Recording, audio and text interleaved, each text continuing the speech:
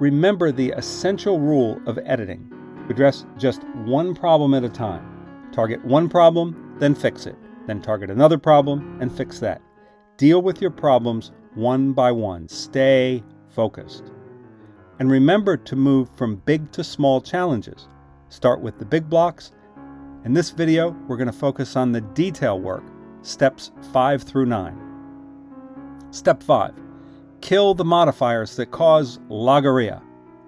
One kind of word more than any other makes writing get out of control. We're talking about the preposition. Examples of prepositions include of, for, with, under, over, before, after, behind, in front, in, out, inside, outside, toward, during, after, as, and against. A preposition introduces a modifying phrase. Here's a few examples. You see how the preposition sets up the modifier. The burglar stood behind the door. The president came from the working class. The bill passed with an overwhelming majority. Now, as the sentences get longer and as the modifiers get more numerous, the sentences can start to get out of control. To equip the factory, the company needed machines with the latest tech, with data tracking systems, by firms from Silicon Valley. These modifiers, these prepositions, are like weeds. Too many of them can strangle your prose. They can disorient and confuse the reader. When you use modifiers, you risk veering away from the point of the sentence. Pause the video for a few seconds and read this confusing passage. After struggling for a while, trying to figure out the basic question, who does what, I noticed that this passage was just chock-full of prepositions. This passage, by the way, is just one sentence, 72 words in one sentence. Can you even identify the subject and action? Pause it again and look for the subject and verb, the driving force of this passage. As you look at the passage, you see that there are simply too many modifiers. To identify the modifiers, identify all of the prepositions. Now look here, 16 prepositions in this one sentence. So what are you going to do about it? What happens when you cut out the modifiers? Watch. All of the sudden, it's easy to find the subject and verb. The general drift of public opinion became accentuated.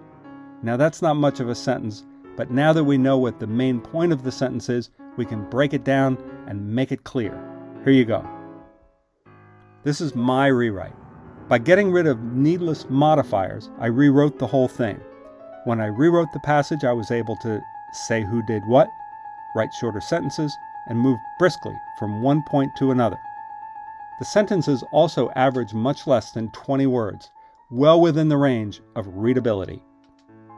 That wasn't easy, but by finding the prepositions and with them the modifiers, we see where the sentences veer off course. When we do that, we can break the sentences down, clarify who's doing what, and rewrite the passage. Step 6. Keep everything simple and specific. The key to good writing is simplicity, and specificity makes that possible. The more specific you are, the more clearly you can describe something. Pause the video to look at these two passages from Tim O'Brien's novel, The Things They Carried. Here, he's describing the things that American soldiers carried with them into the Vietnam War. We live in a world of specificity, but we speak in generalities. Whenever possible, give your writer precise information rather than general information. Pause the video and compare the 3 sets of sentences. The ones on the left are general and don't say much. The ones on the right are specific, and so they say a lot. Just as we need to cut modifiers, we also need to cut needless adjectives. Most adjectives fail you. Why? 1, they only make general statements about the subject, and 2, they impose a point of view on the reader. Tell readers specific information and let them figure out what to think.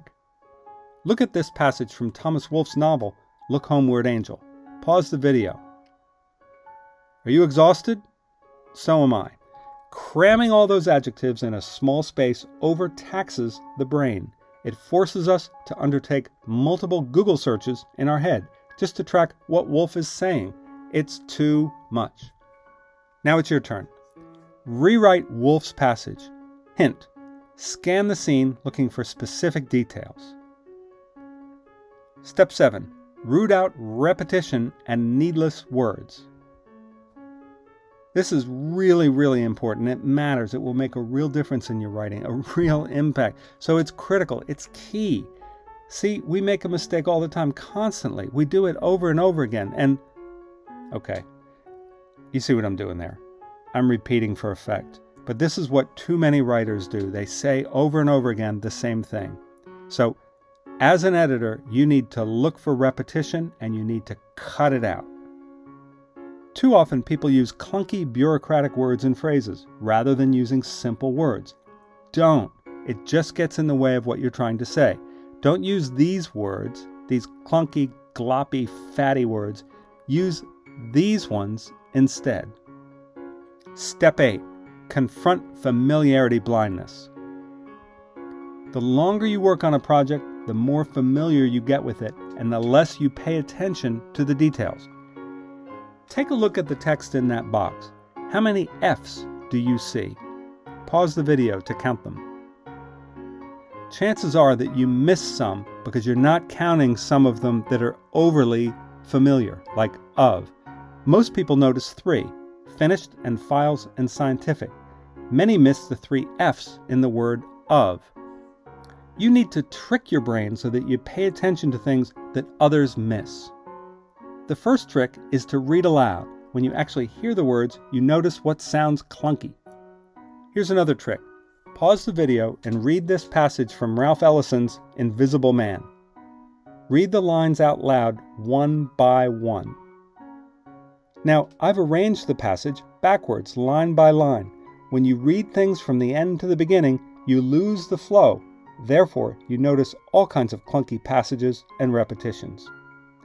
Now try another hack against familiarity blindness: speed editing.